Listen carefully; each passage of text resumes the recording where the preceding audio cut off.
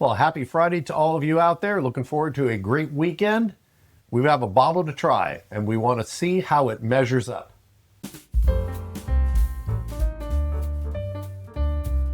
Hello, everyone. My name is Wayne. And I'm Rebecca. And we are Your Bourbon Journey. Well, we're going back in time to 1983. I think I was 17 at the time. I was big into heavy metal at that point and kind of wearing stuff. But anyway, I digress. We get to this bottle, which was probably at one of the local liquor stores that we grew up in as kids. And it was a brand that was sitting around that I have learned to appreciate. Hill & Hill. Rebecca, give us some of the specifics of this bottle. It's always fun researching vintage bottles because they have an interesting past, shall we say. This is Hill & Hill blended whiskey from 1983. It was a National Distillers product at the time. According to the bottle, it was blended and bottled at their Cincinnati, Ohio location. The mash bill is undisclosed, but we know it is 20% straight whiskey and 80% grain neutral spirits, otherwise known as vodka. It is not age stated, but the label indicates that the straight whiskey components are 4 years or more. It's 80 proof. The MSRP, based on the stamp on the front of the bottle, was $3.74 for this 500 milliliter bottle at the time. We did pick this up at Revival Vintage Spirits in Covington, Kentucky in July of 2025. To see how it measures up, it's actually about 9 inches tall.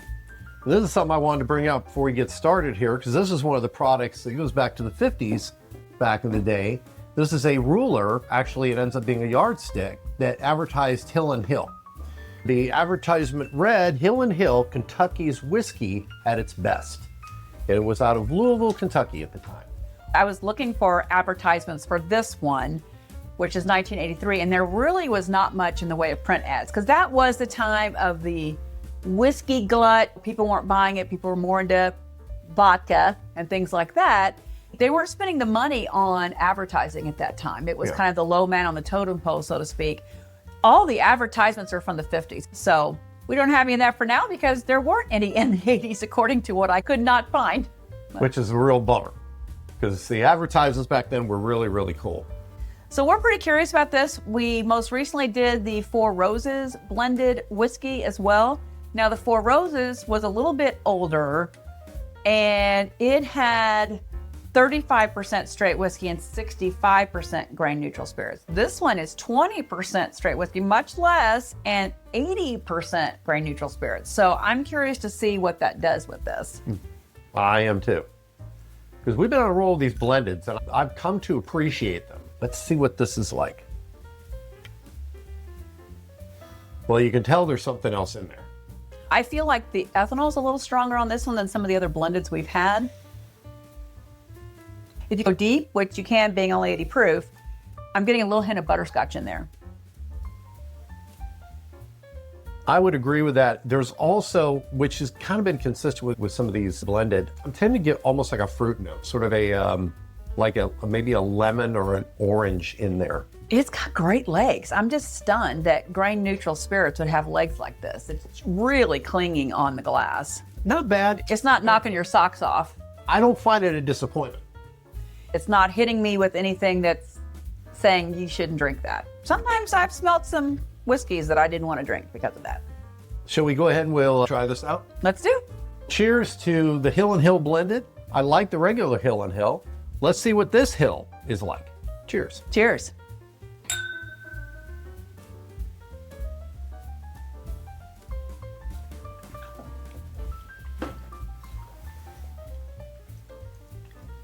It's definitely a different approach. You can tell that there's more vodka in this. Yeah, it almost tastes watered down. Yeah. I've never been a vodka fan myself, but it isn't as flavorful. It's not majorly disappointing, but you can tell that 80-20. The 80 comes through a little bit more than that 20. I'm gonna try it again. That was only one sip. Here's what's really funny, and I don't think it was just put in my head, but as I'm researching what the profiles might be, one thing that came up was, this is gonna sound odd, but not really, a bourbon-flavored vodka. And we know that there's all kinds of flavored vodkas now. Vodka was very popular in the 80s. Everyone was doing the clear cocktails and things like that. So I could see the mindset of trying to make a spirit that's mostly vodka, has a little bit of bourbon flavor to it for the vodka drinkers. Maybe trying to win them over a little bit.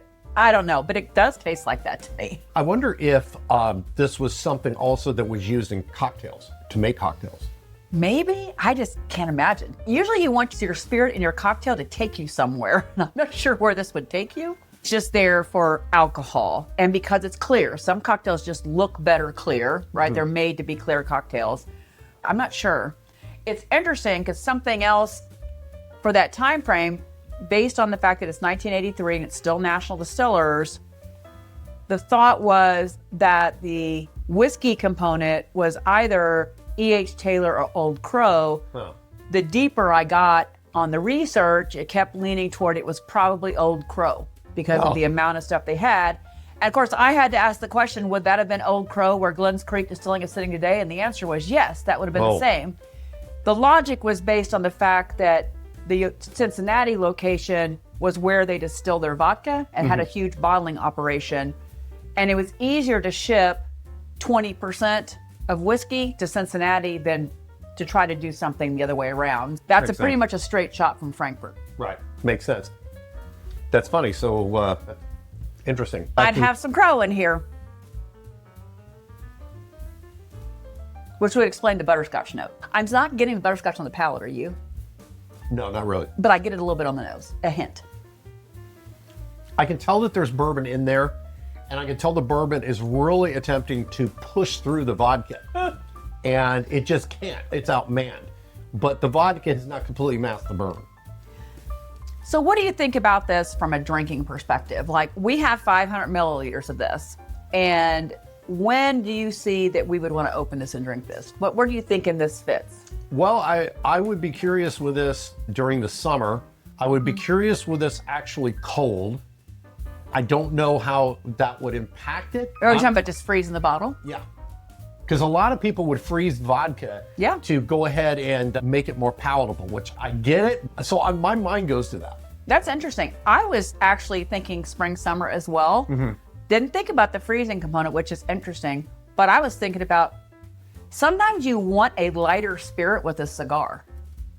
Because if you're smoking a really flavorful cigar with a heavier wrapper or something, you don't want the bourbon or the scotch or whatever you're having to overpower it. Mm-hmm. And this would be a nice little sipper to have while you're slowly smoking a cigar so you wouldn't overdrink. Mm-hmm. This 80 proof. You have to be cognizant of that because smoking a cigar makes you thirsty. And if you're outdoors and it's hot, you drink more. And sometimes you can drink more than you should by the time you finish one of those cigars. Very true. So this is lighter proof. And if it was cold, that might be just the ticket to smoke with a cigar. I think it'd be fun. It's not today's cigar blends or anything like that. Today's cigar blends are amazing without a cigar. I agree. But I think it's something we should think about trying out. Like I said, I am not totally disappointed with the nose. It's not what Four Roses was. It's not what Shenley was. But I'm not disappointed. Mm-hmm. I like the nose. It's the taste that kind of leaves me wanting. I'm not getting a ton on the finish, but again, it's 80 proof. I think if this were the same amount of bourbon that was in the Four Roses, the 35%, or in the Shenley, this would probably outdo both of those.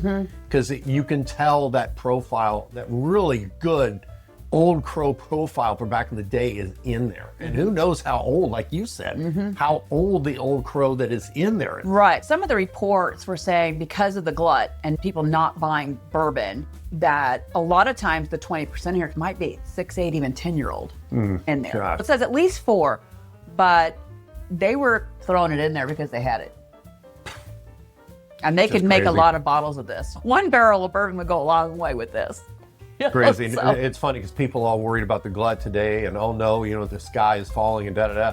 And I wonder if distillers are thinking, oh no, we got to go back and we got to make vodka, blended whiskey. We got to blended whiskey again. Well, I'd still be on board. Well, American blended whiskeys are still going on today. But they're done because people still want that. Oh no, that's the end of the world as we know it. And a lot of blended whiskeys today have Canadian in them too. I think you're right. We will go ahead and wrap this up. I hope that if you are in Covington, Kentucky, that you'll go visit Brad and the gang at Revival Vintage Spirits and check out what they have. Thank you for watching this, and I hope when you do that this helps you appreciate the bourbon that you have today and the history that was in the past. Thank you for your time. If you like what we do, hit the subscribe button and always remember to drink responsibly. If you have Hill and Hill, it's a good hill to die on. Cheers. Cheers.